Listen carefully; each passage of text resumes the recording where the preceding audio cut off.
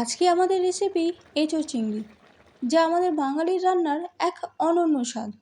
সহজ উপকরণ আর সহজ পদ্ধতিতেই এই বিশেষ রান্নাটি তৈরি করে নেওয়া যায়। তাহলে চলুন দেখে নিই কী করে তৈরি করলাম। নমস্কার বন্ধুরা, আমি পায়েল। আপনারা দেখছেন পায়েলের পাকশালা ইউটিউব চ্যানেল। প্রথমেই আমরা এঁচোড়গুলোকে জলে কিছুক্ষণের জন্য ভাপিয়ে নেব। তাই জন্য এই কড়াইয়ের মধ্যে দিয়ে দিলাম 1.5 লিটারের মতন জল, আর দিচ্ছি হাফ চামচের মতন নুন আর হাফ চামচ হলুদ গুঁড়ো। এবার আমরা অপেক্ষা করব এই জল থেকে ফুট আসা পর্যন্ত। জল থেকে ফুট চলে এসছে। এবার এই এঁচোড়গুলোকে এই জলের মধ্যে দিয়ে দিচ্ছি। এবার এটাকে 5-7 মিনিটের মতন আমরা ফুটিয়ে নেব। এঁচোড়টাকে মিনিট 5-6 মতন আমরা ফুটিয়ে নিয়েছি। এবার এটাকে আমরা তুলে নিচ্ছি। তুলে নিয়ে সম্পূর্ণ জলটাকে ঝরিয়ে নেব।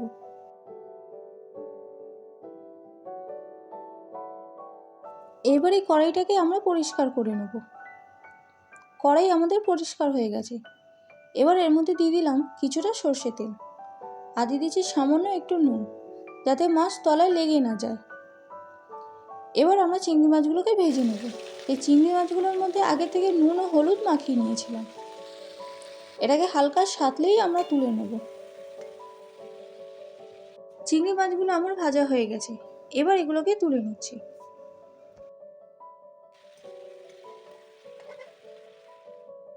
এবার আমরা এঁচোড়গুলোকে ভেজে নেব। এই তেলের মধ্যে সম্পূর্ণ এঁচোড়টা আমরা দিয়ে দিলাম। এটাকেও আমরা 3-4 মিনিটের মতন সাঁতলে নিয়ে তুলে নেব।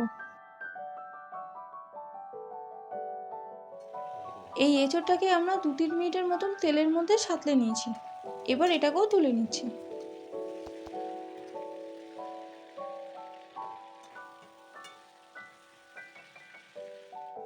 আবারও কড়াইতে দিয়ে দিচ্ছি সামান্য একটু সর্ষের তেল। তেলটাকে গরম করে নিয়েই তারপর ফোড়নের জন্য দেবো হাফ চামচ গোটা জিরে ও গোটা গরম মশলা আর 2টো শুকনো লঙ্কা। একটু নাড়াচাড়া করে নিয়েই দিয়ে দেবো স্লাইস করে কেটে রাখা পেঁয়াজ। এখানে 3টে মাঝারি সাইজের পেঁয়াজকে এইভাবে স্লাইস করে কেটে নিয়েছি। এবারে পেঁয়াজটাকে ভালো মতো নাড়াচাড়া করে ভেজে নেব, যতক্ষণ এর থেকে কালার চলে আসে। পেঁয়াজ থেকে কালার চলে এসছে। এবার এর মধ্যে দিয়ে দিচ্ছি 4 চামচের মতন আদা রসুন ও কাঁচা লঙ্কা বাটা। এবার এই আদা রসুনটাকে পেঁয়াজের সাথে বেশ ভালো মতন মিশিয়ে নেব। দিয়ে দিচ্ছি সামান্য একটু জল। এবার এই আদা রসুন ও কাঁচা লঙ্কা বাটাকে ভালো মতন মিশিয়ে নিয়ে কষিয়ে নেব। এর কাঁচা গন্ধ আমরা কাটিয়ে নেব।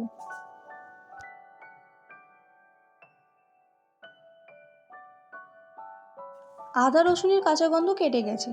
এবার দিয়ে দিচ্ছি কিছু গুঁড়ো মশলা। প্রথমে দিয়ে দিচ্ছি হলুদ গুঁড়ো, তারপর দিয়ে দেবো 1 চামচের মতন জিরের গুঁড়ো, 1.5 চামচের মতন ধনের গুঁড়ো, ঝালের জন্য লাল লঙ্কার গুঁড়ো আর রঙের জন্য কাশ্মীরি লঙ্কার গুঁড়ো। এবার এই গুঁড়ো মশলাগুলোকে এই মশলার সাথে বেশ ভালো মতন মিশিয়ে নেব। দিয়ে দিচ্ছি সামান্য একটু গরম জল। আবারও এটাকে ভালো মতন মিশিয়ে নিয়ে কষিয়ে নেব। এই গুঁড়ো মশলারও কাঁচা গন্ধ আমরা কাটিয়ে নেব।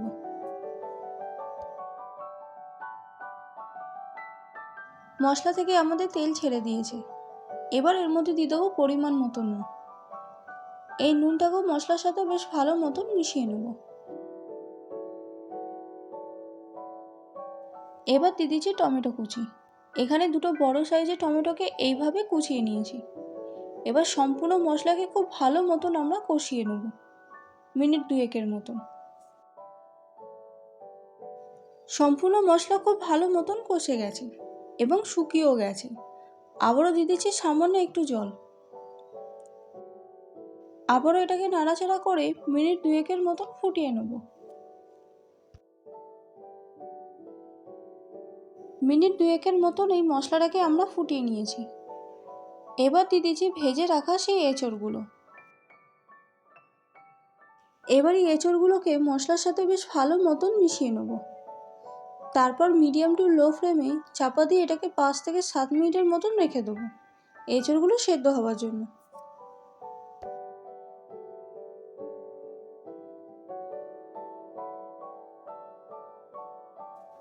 ফিরে এলাম ঠিক 7 মিনিট পর। এবার দেখে নেব এঁচোড়ের কী অবস্থা। একটু নাড়াচাড়া করে দেখে নেব এঁচোড় আমাদের কেমন সেদ্ধ হলো। এই দেখুন, এঁচোড় সেদ্ধ হতে আরেকটু বাকি আছে এবং এঁচোড়ের জলও আমাদের শুকিয়ে গেছে। তাই জন্য আবারও দিয়ে দিচ্ছি 1.5 লিটারের মতন গরম জল।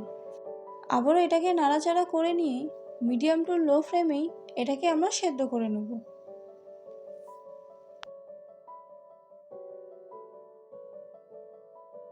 মিনিট 7-এর মতন এটাকে আমরা ফুটিয়ে নিয়েছি। এছাড়াও আমাদের সম্পূর্ণ সেদ্ধ হয়ে গেছে। এবার ওপর থেকে ছড়িয়ে দিয়েছি ভেজে রাখা চিংড়ি মাছগুলো, আর দিয়ে দিচ্ছি 1 চামচের মতন চিনি আর 1/2 চামচ গরম মশলা গুঁড়ো। এবার সব উপকরণগুলোকে খুব আলতো হাতে মিশিয়ে নেব। তারপর গ্যাসের ফ্লেম অফ করে এটাকে 5 মিনিটের জন্য স্ট্যান্ডিং টাইমে রেখে দেবো। তাহলে রেডি হয়ে গেল আজকের এই রেসিপি এঁচোড় চিংড়ি। ভিডিওটি কেমন লাগলো অবশ্যই জানিয়েন। আবারও দেখা হবে আপনাদের সাথে অন্য কোনো রেসিপিতে।